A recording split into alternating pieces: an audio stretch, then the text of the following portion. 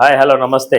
ఈరోజు మనం మాట్లాడుకునే టాపిక్ ఏంటంటే నిన్న జరిగిన తమిళనాడు ఎలక్షన్స్లో విజయ్ గారు విజయకేతనం ఎగరేయడం జరిగింది.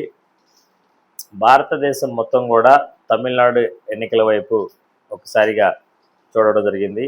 తమిళనాడు ఎన్నికల్లో ఎవరు గెలుస్తారు అన్నదాన్ని, ఎందుకంటే హేమాహేమీలైన గత 40-50 సంవత్సరాలుగా తమిళనాడు రాజకీయాలని శాసిస్తున్న సీనియర్ పొలిటీషియన్స్ అధిగమించి విజయ్ గారు నిన్న ఎలక్షన్స్లో ఎక్కువ సీట్లు సాధించడం జరిగింది.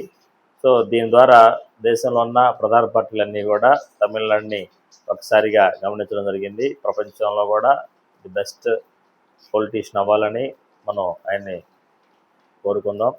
సో రాజకీయంలో ఏదైనా జరగవచ్చు, రాజకీయ నాయకులు దీన్ని గమనించాలి. ఎందుకంటే ఏ పార్టీ అయినా మరలా గెలవాలి అంటే ప్రధానంగా ప్రజల యొక్క విశ్వాసాన్ని గైకొనాలి. ఎందుకంటే ప్రతి పార్టీకి కూడా కొన్ని సిద్ధాంతాలు ఉంటాయి, కొన్ని అవకాశాలు ఉంటాయి. ఒకసారి ఒక పార్టీ గెలిచి ఇంకోసారి నెక్స్ట్ 5 ఇయర్స్కి ఇంకో పార్టీ గెలుస్తుందంటే అర్థం ఏంటంటే ఈ ఓడిపోయిన పార్టీ సరిగ్గా ప్రజల యొక్క మన్నాలను, ప్రజల యొక్క భావాలను అతీతంగా పనిచేయదని అర్థం. సో అందుకని ఎప్పుడైనా సరే రాజకీయ నాయకులు ఓడిపోయాము అంటే మీరు దాన్ని ఓవర్కమ్ చేయగలగాలి. సో కొన్ని పార్టీలు ఎప్పుడైనా సరే మీ సొంత నిర్ణయాలు తీసుకోవటం వల్ల ప్రజలకి కానీ పార్టీకి కానీ నష్టం జరుగుతుంది, కానీ లాభం జరగదు. సో అందుకని ఎప్పుడైనా సరే ఒకసారి అధికారం తీసుకున్న సాధించిన పార్టీలు సాధ్యమైనంత ఒకటికి పార్టీ యొక్క బలోపేతం కోసం కాకుండా, మీ యొక్క రాబోయే 5 సంవత్సరాల గెలుపు కోసం కాకుండా,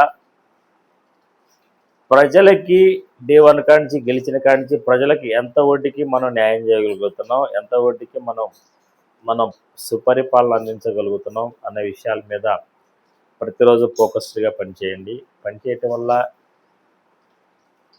ఒక రాష్ట్రంలో ఏ పార్టీ గెలిచినా కానీ మీ క్రెడిబిలిటీ దెబ్బతిరదు.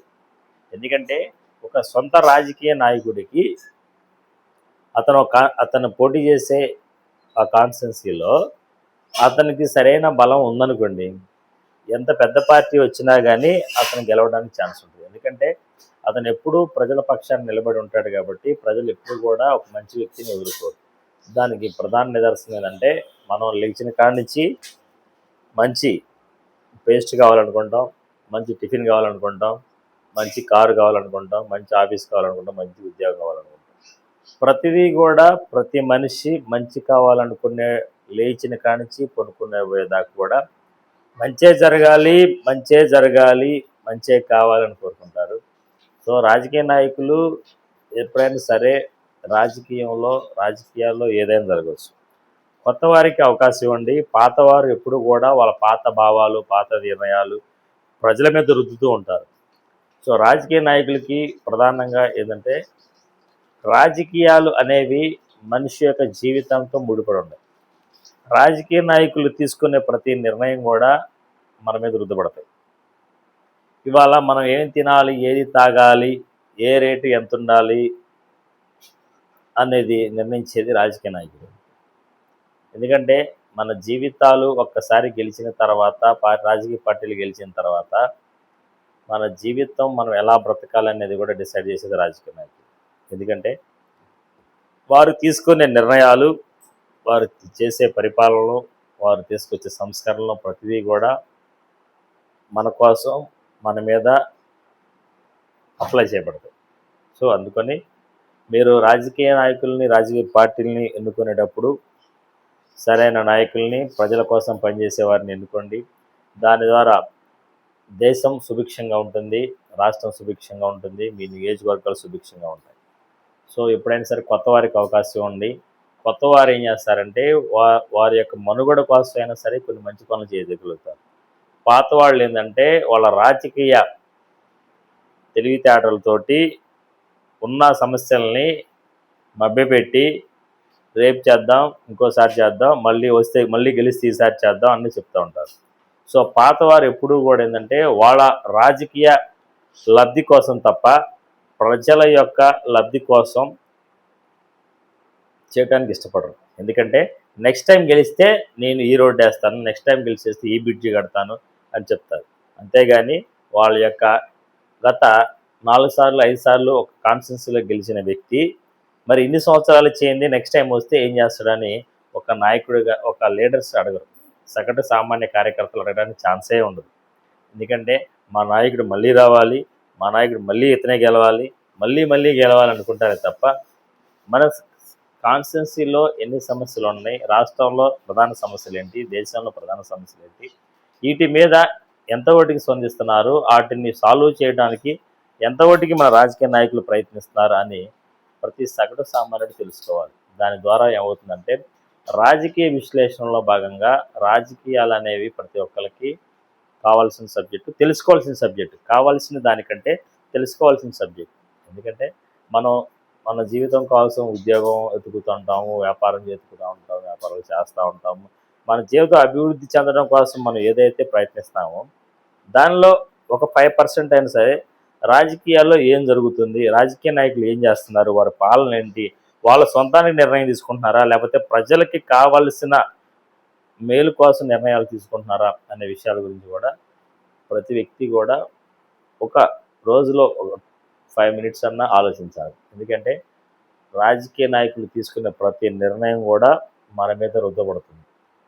వాళ్ళు తీసుకునే ప్రతి ఆర్థిక సంబంధించిన నిర్ణయాలు కూడా మనం ట్యాక్స్లు కట్టాల్సింది. సో అందుకని దేశం బాగుండాలంటే, మనము బాగుండాలంటే రాజకీయ నాయకుల యొక్క పరిపాలన బాగుండాలి. రాజకీయ నాయకుల యొక్క పరిపాలన బాగుండాలంటే మన యొక్క అలర్ట్నెస్ బాగుండాలి, మనం అలర్ట్గా ఉండాలి. రాజకీయ నాయకులు మీ నియోజకవర్గంలో ఒక లీడర్స్ మాట్లాడుతుంటే, ఒక ఎమ్మెల్యే లేదా ఒక ఎంపీ మాట్లాడుతుంటే మీకేం కావాలో మీరు స్పష్టంగా తెలియపరచాలి.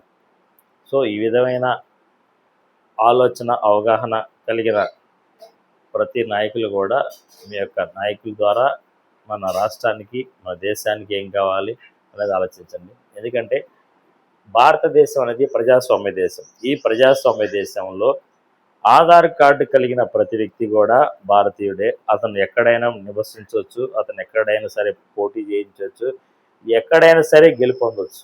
సో ఈ భారతదేశంలో ఎక్కడైనా ఆ హక్కు భారతీయుడిగా పుట్టిన ప్రతి వ్యక్తికి ఉంది.